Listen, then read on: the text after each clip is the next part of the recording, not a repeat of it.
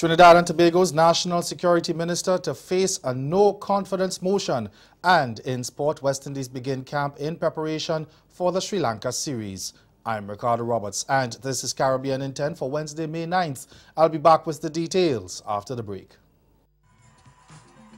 I'm in Tobago. I know the Prime Minister know how to move. Where you at? Where you at? Where you at? Oh, there you go. Look at him. Okay, I double dare you. I double dare you to move. No, that's not it. Hey, we see you over there. Prime Minister, I double dare you to move. No matter how long it takes, I'll be fighting on the way. How was the Rising Star journey for you? What did it do to prepare you for the big things? I think it helped build my confidence, build my confidence and get to know the business, both backstage and center stage, So I think it's a good platform also, for young artists, coming up in the business. I think Rising Star is a good start for them also, So,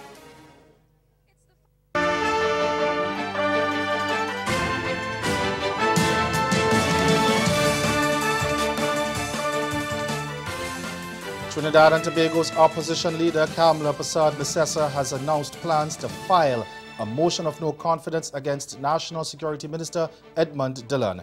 It comes just 2 weeks after similar action was taken against Works and Transport Minister Rohan Sinanan for what she described as a collapsed sea bridge. Persad-Bissessar is now turning her attention to Dillon for what she says is his failure to address the skyrocketing murder and crime rates. We get more in this CNC3 News report. Opposition leader Kamla Persad-Bissessar says criminals are on a rampage. We are seeing a new trend, a new kind of crime, and that is with home invasions. Criminals are invading your homes. I wonder what the Prime Minister would say to the family of Nizam Mohammed, starved to death during a home invasion. That 60-year-old man's wife, Rakina, was also stabbed. What would he say to them? To this end, she wants National Security Minister Edmund Dillon held accountable. In this regard, we have prepared, in fact, up to last night in caucus, prepared the final draft of a motion of no confidence in Dillon, the Minister of National Security. The announcement was made during a political meeting in Tunapuna on Monday. Persad-Bissessar says the increase in crime is directly linked to the economic hardships being experienced under the government. She is now hoping that Finance Minister Com Imber delivers on his promise of good news when he updates the nation on the country's fiscal and economic performance during Thursday's mid-year budget review. I would like him to come and tell us that he will give back the baby grant where mothers are resorting to stealing powder milk for their children, baby powder and baby milk. I would like him to come and tell us, look, now things are better. I am going now to ease up the pensioners and the disabled. We are going to give back people, the poor and the vulnerable, their food cards. Those are the things that he should be doing with the extra money that he says he's getting, and now that we've turned the corner. Persad-Bissessar says her party isn't standing idly by to tackle the unemployment issue she accused the government of shirking.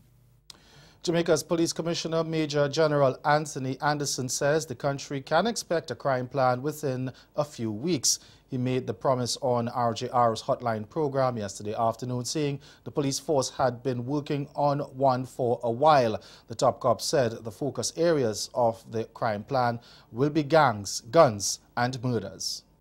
There's a link between all of those. We have investigations that are transnational, that are ongoing to look at all of these things. We have specific plans and operations around gangs and gang activities in order to get them convicted, and we'll see some groupings collectively being charged under anti-gang legislation, and you'll see those unfolding. And then public order, how we treat with public order is another thing, because obviously public order creates the environment where crime occurs. Meanwhile, the trial of 3 police officers charged with the 2014 beating death of a man in a police holding cell will begin on September 18th. On Monday, Corporal Elaine Stewart and District Constables Juliana Clavon and Marlon Grant were informed of the date when they appeared before the St. James Parish Court. They were each offered $400,000 bail, and the three are charged with manslaughter, misconduct in a public office, and perverting the course of justice. The charges arise from allegations that they were on duty at the time when Mario Dean was allegedly beaten by other inmates in a cell at the Barnett Street Police lockup in Montego Bay on August 3rd, 2014. Stay with us. Your Midday Sport is next.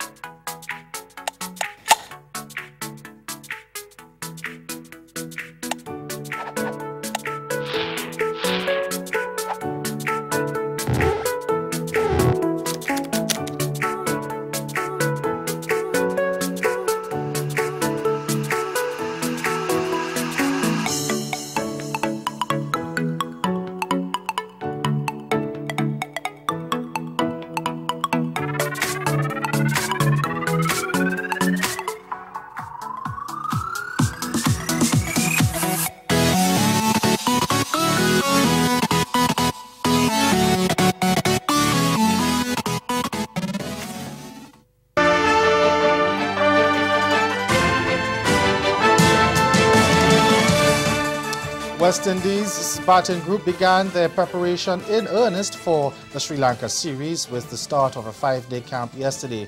Vice-Captain Craig Brathwaite, who has emerged as the Caribbean's leading batsman in recent times, is among 9 current Test players who will be involved in the camp at the UWI Caval campus under the guidance of West Indies A coach Floyd Reefer. Left-hander Devon Smith, who played the last of his 38 tests 3 years ago, has also been included, along with West Indies A wicketkeeper batsman Jamar Hamilton.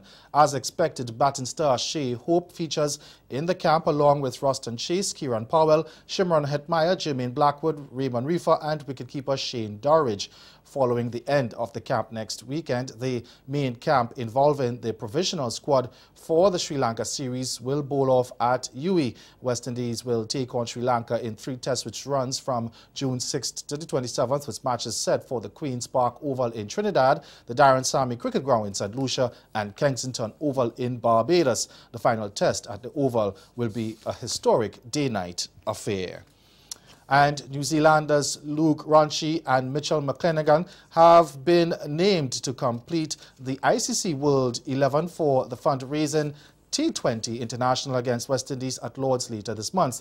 The pair will join side skippered by white ball captain Ian Morgan, and which includes the likes of international stars Pakistani Shoaib Malik, Bangladesh's Shakib Al Hassan, and exciting Afghanistan leg spinner Rashid Khan. Funds from the fixture will be in aid of stadia in the Caribbean damaged by Hurricanes Irma and Maria last September.